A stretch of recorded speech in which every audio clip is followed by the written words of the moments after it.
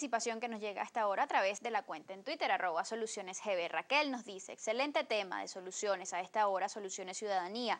Eso es lo que necesitamos enseñar a la gente, que el cambio viene de nosotros. Ario Parra dice, soluciones ciudadanía, gerencia es lo que hace falta y planificación. ¿Desde cuándo no se planifica en Venezuela? Se pregunta él.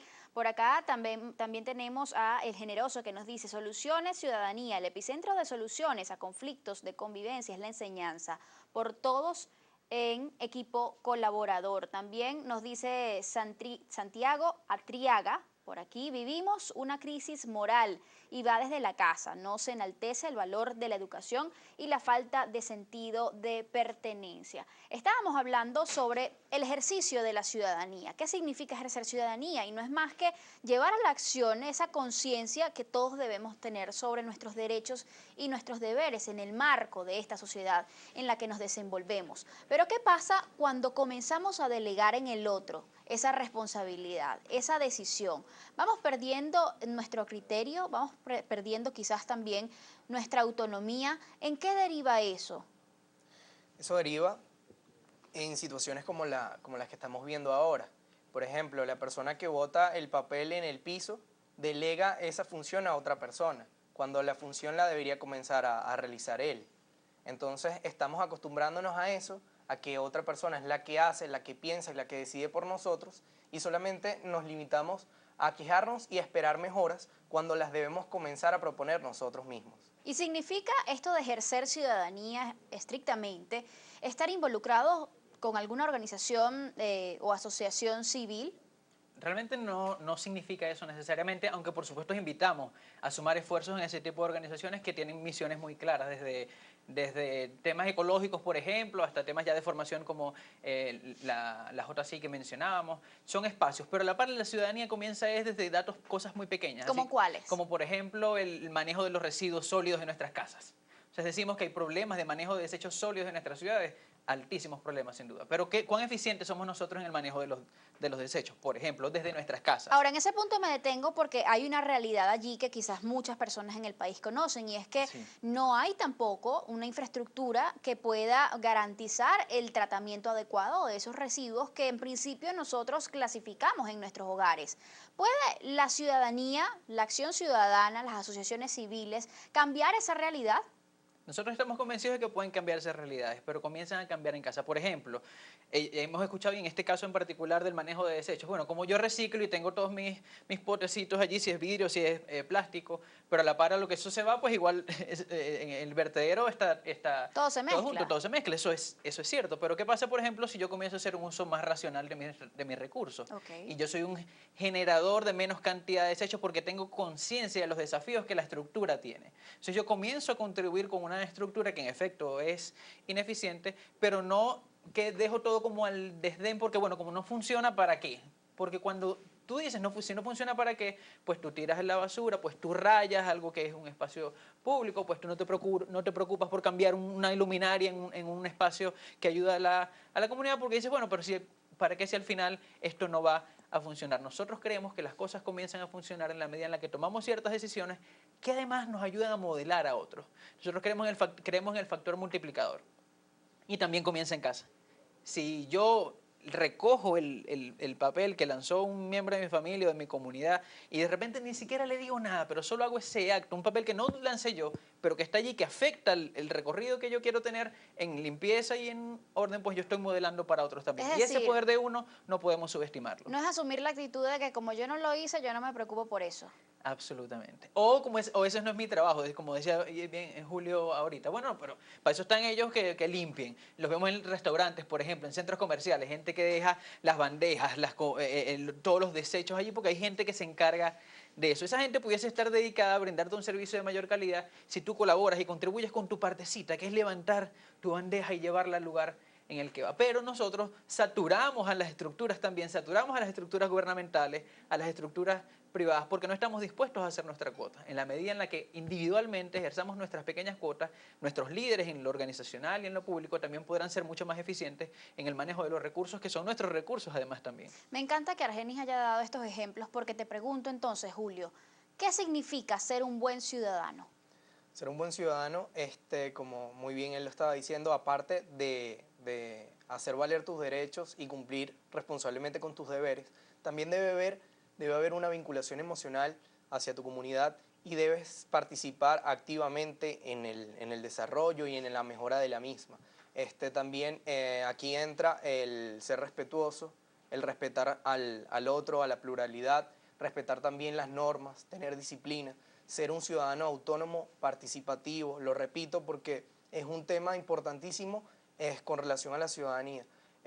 También está muy relacionado al sistema de gobierno que tenemos, que es un gobierno democrático, no existe democracia sin participación.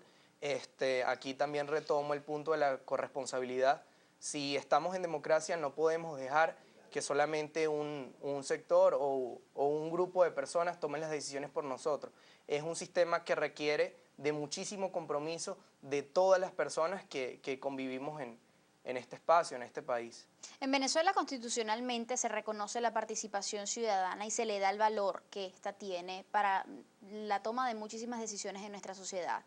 ¿Cuáles son los principales mecanismos de participación ciudadana que existen en nuestro país, Argenis? Muy bien, desde el voto, que es participación con lo que normalmente vinculamos en la ciudadanía, hasta la participación en organizaciones comunitarias como los consejos comunales. Esos son espacios no solamente de Contraloría, sino también de gestión. Yo, como miembro de una comunidad, que estoy dispuesto a ceder tiempo, recursos, energía, pensamiento, para contribuir para una comunidad en particular. Y en ese sentido, Venezuela legislativamente tiene unos pasos bien adelante respecto a otros países que les permiten a los ciudadanos realmente encontrar esos espacios, pero necesitamos esa disposición de ese líder en mejorar internacional. Hablamos de que el líder y que el ciudadano debe comenzar con un ejercicio personal en el que lidera sus 4 Cs, que es su cabeza, la primera C, todo lo que es pensamiento, cómo debo prepararme, qué cosas debo leer para saber cuál es mi rol como ciudadano dentro de Venezuela, qué me permite la Constitución. La segunda C es corazón, lo emocional, de lo que hablaba Julio, cómo me enfrento yo emocionalmente a una realidad que me impacta y cuál es la mejor energía para abordarlo. La tercera C es cuerpo, cómo yo luzco, cómo me muevo, cómo me cuido incluso, porque además si decimos que no podemos dar afuera lo que no tenemos dentro, pues el cuidado de mi entorno ha de comenzar por mi cuidado personal.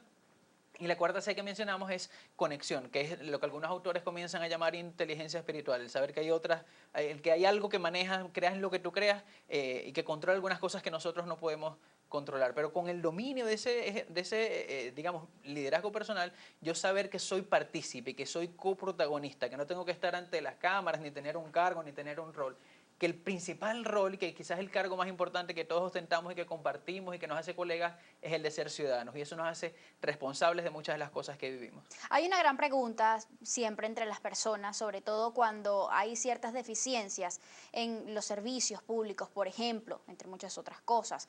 La pregunta es, ¿qué pasa con el dinero que entra a la nación? ¿A dónde se va ese dinero? ¿Tiene el ciudadano también responsabilidad en el marco de este ejercicio de ciudadanía el velar por, digamos, esa distribución de los recursos? ¿Cómo puede hacerlo? Claro, tiene mucho que ver también, como hemos venido hablando, con la corresponsabilidad. ¿Cómo hacerlo? ¿Ustedes han trabajado, Argenis, Sí. en ese caso? Hay espacios de contralorías, de asambleas ciudadanas y la Constitución y los gobiernos locales, municipales, regionales tienen espacios para eso. Pero nosotros normalmente en ese delegar incluso hablamos de fenómenos como corrupción, una serie de cosas. Pero nadie vaya a hacer la denuncia. Pero nadie vaya a hacer la denuncia. También somos copartícipes de eso. Resultará increíble, pero no hay absolutamente nada que suceda en tu comunidad de lo cual tú no tengas al menos un 1% de responsabilidad. Y si todos estuviéramos enfocados al menos en ese 1%, eso pasa desde la casa hasta en relaciones de pareja, bueno, la culpa es tuya.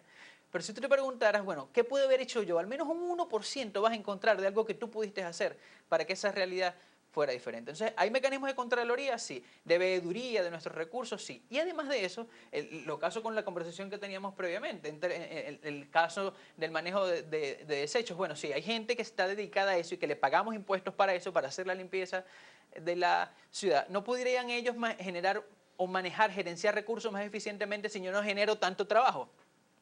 Entonces, bueno, esos recursos, sabiendo yo que soy dueño de esos recursos, ¿qué puedo hacer yo para ser más eficiente? Para que el gobierno sea más eficiente también en el manejo de ellos. No es responsabilidad solo de nuestros líderes, es responsabilidad de nosotros como líderes personales Así que manejamos es. nuestro entorno inmediato y las Venezuelas que transitamos todos los días. ¿Y cuál es eso? Pues tu familia, tu urbanización, tu oficina, tu escuela.